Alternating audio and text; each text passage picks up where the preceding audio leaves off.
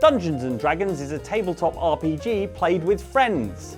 Exactly the kind of thing we invented video games to get away from. And yet, even in the world of interactive digital entertainment, which can be enjoyed entirely on your lonesome, D&D casts a long shadow. Not least in these following games into which developers snuck tabletop sessions of Dungeons & Dragons. Or at least something that looks very much like, but is legally distinct from, Dungeons & Dragons. Roll for initiative!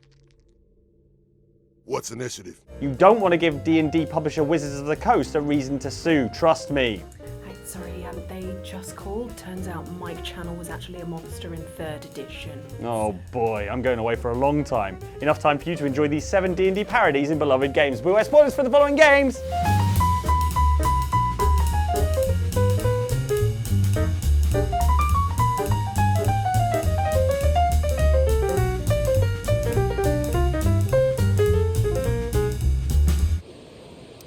Holy sh**. Annihilation Strike. That sounds boss as f***. 1? That's bad, right? Not for me. Life is Strange Before the Storm was the much-anticipated prequel to the beloved paranormal teen drama. With Before the Storm developed by franchise newcomers Deck 9 Games, and boasting none of the time-rewinding powers that made Life is Strange so remarkable, fans were eager to see how this prequel could possibly measure up. For Deck 9, the strategy was clear. Make an enormous amount of the game's opening chapter a fictional TTRPG played on a school bench. Disenfranchised teen rebel protagonist Chloe Price can encounter this game, which is never named but is clearly some variant of Dungeons & Dragons, outside Blackwell Academy. What the hell? Game on, nerds. Here, Dungeon Master Steph is waiting to welcome Chloe into her collaborative storytelling adventure, if you consider it welcoming for all players present to piss themselves laughing at Chloe's lack of sword vocabulary. I do a pommel strike. I strike his pommel hard. What did I say? A pommel is the end of a sword handle. Pommel strike is where you hit the guy with it. You dorks! This is Chloe Price at your table. Let her kill your characters. It would be an honour. In a surprisingly involved diversion from the game's actual story, Chloe takes control of an elf barbarian and can pick her own path through a series of Steph's scenarios that involve charisma checks and tricky combat encounters. Okay, let's end this. Fatal Cleave. You swing your great axe downward with both hands. The orc blinks, then splits open like a hot dog bun. Yeah, I'm awesome at this game. All of this tabletop role-playing action serves to teach Chloe the tabletop fundamentals of teamwork and problem solving. I want to punch that stupid man cow in the dick. Like, right in the dick? Right in the dick. As I say, she's got the fundamentals down.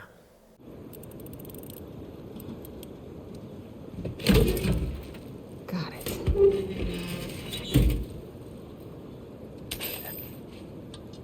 I think we all like to imagine that the skills we've acquired from our nerdy hobbies will one day allow us to thrive in the zombie apocalypse and not get instantly overwhelmed on day one by undead who stop eating our skin only long enough to throw our backpacks on the roof. The Last of Us Part 2 offers players a glimpse into how TTRPG nerds might actually fare when confronted by zombies and the subsequent warring human factions that inevitably follow a zombie apocalypse. This glimpse comes while traversing the game's Seattle region, which involves a trip through this long-abandoned apartment. D&D enthusiasts will immediately spot what others may easily miss, a table clearly set up for an intense role-playing sesh. We're gonna have to do a little zigzagging.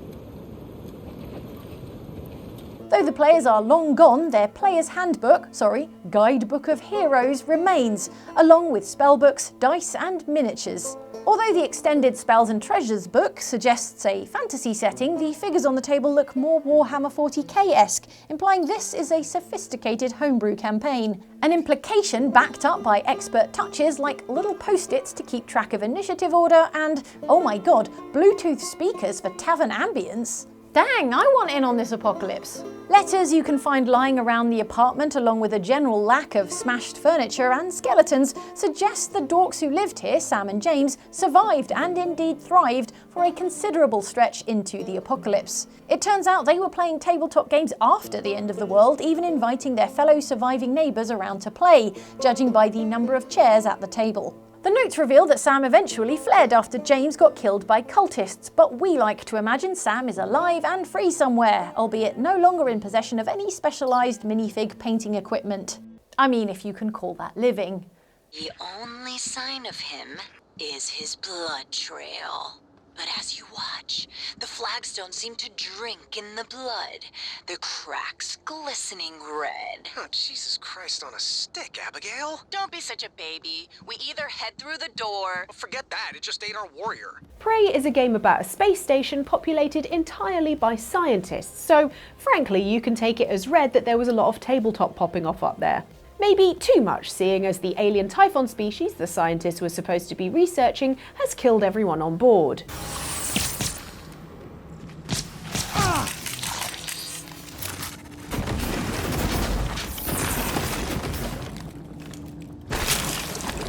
But such is the diverting power of Fatal Fortress, the in-universe D&D knockoff that many boffins on the space station are clearly obsessed with. Thanks to everyone having been killed by the aforementioned aliens, your experience of Fatal Fortress is second-hand, via emails and notes and recorded gameplay sessions. All right, Elias has...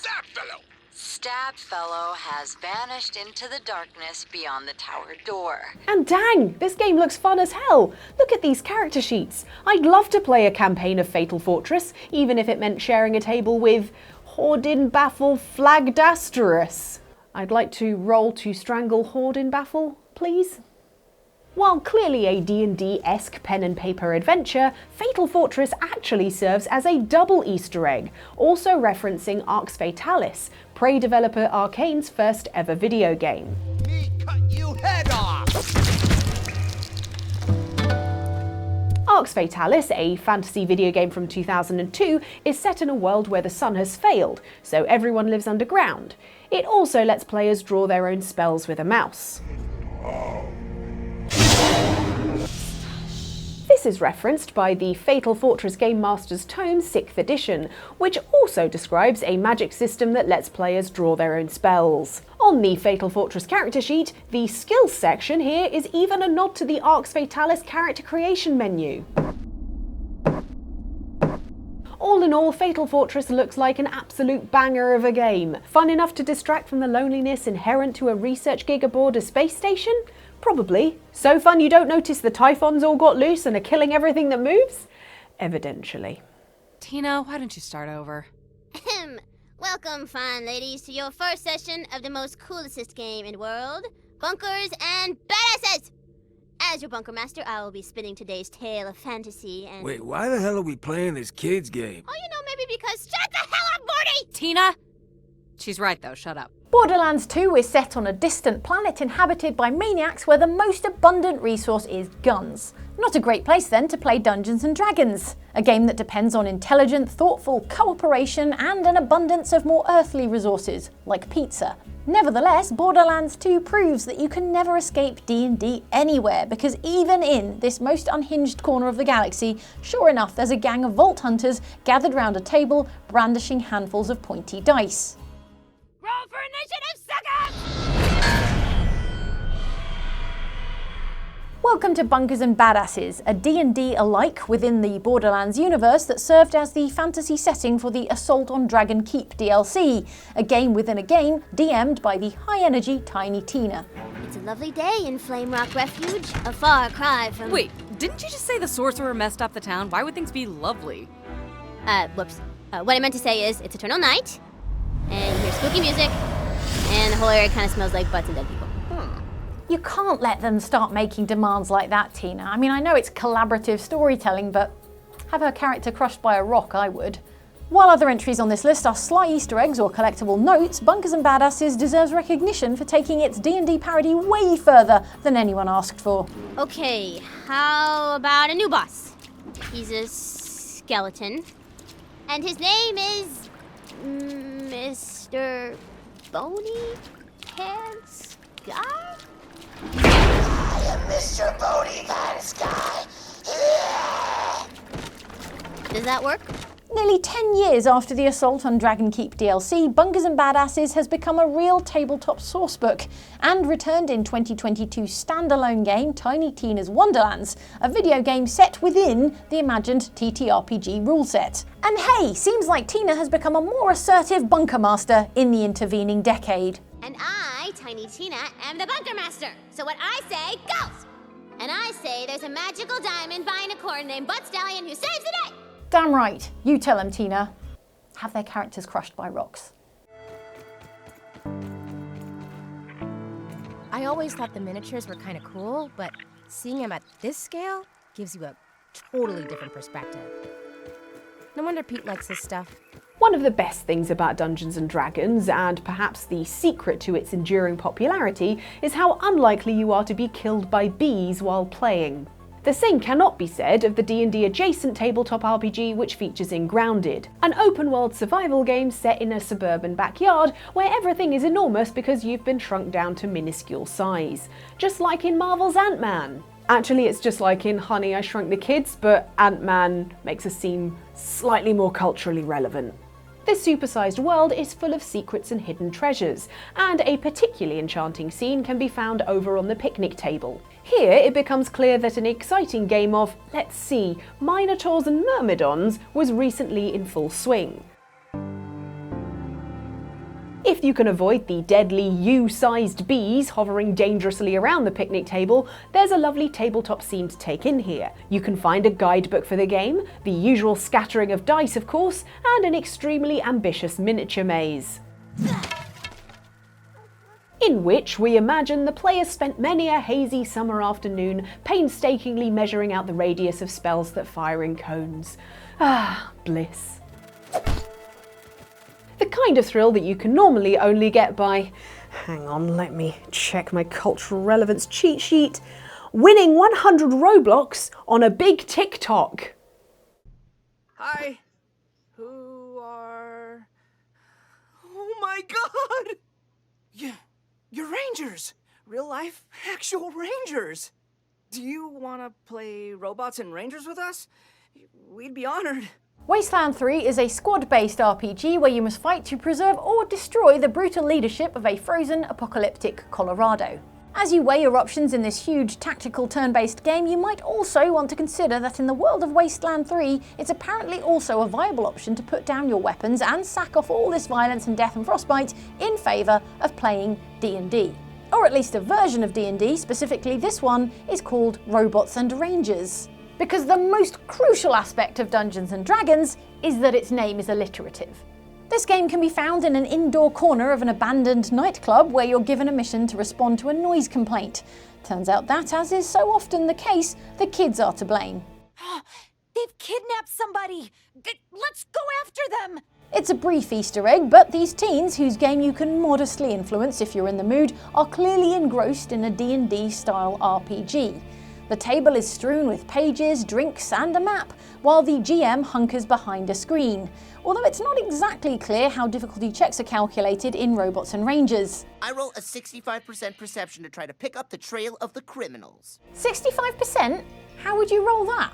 A D100? No, wait, I got it. 100 D1s. My guy's called Scott and he's a 4th level student. My character's Dave and he's a 2nd level rugby player. I've got Rupert, the 6th level computer hacker. I'm playing Knock and he's a 9th level soldier. Alright, do you all remember what's going on? Perhaps you've idly wondered what D&D characters do to relax. I certainly have, but until my homebrew sourcebook Spa Day hits its Kickstarter goal, we can only speculate. One game does offer a vision of high fantasy downtime, however. That game is Simon the Sorcerer 2, a 1995 point-and-click adventure set in a parallel fantasy world full of magic and monsters. On his journey, Simon the Sorcerer comes across a secluded hut, where a bunch of hobbit-looking fantasy types are sat playing a pixely parody of Dungeons & Dragons. But because they are in a fantasy world already, their escapism is, well... We've come up here for the weekend to play Apartments and Accountants. Play what? It's an exciting role-playing game set in a world of real estate, accountants, and technology. You mean it's sort of like Dungeons and Dragons? What's so interesting about Dungeons and Dragons? That's just real life. See? Because they're like wizards, so for them, you get it. Simon can join the game of Apartments and Accountants at the point where the party is locked in combat with a 4th level interior decorator. You've hit him. Now roll again for damage.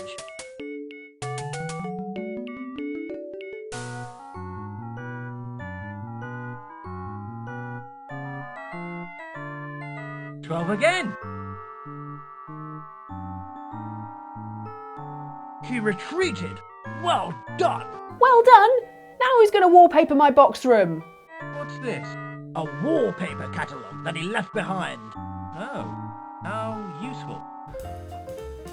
Okay, I've escaped. Just enough time to tell you that we have a D&D channel. If you love D&D, it's called Oxventure, youtube.com/Oxventure. Go over there and watch that. We play D&D all the time. There's a couple of videos up here from that very channel. So check those out. And they're on to me. They're on to me!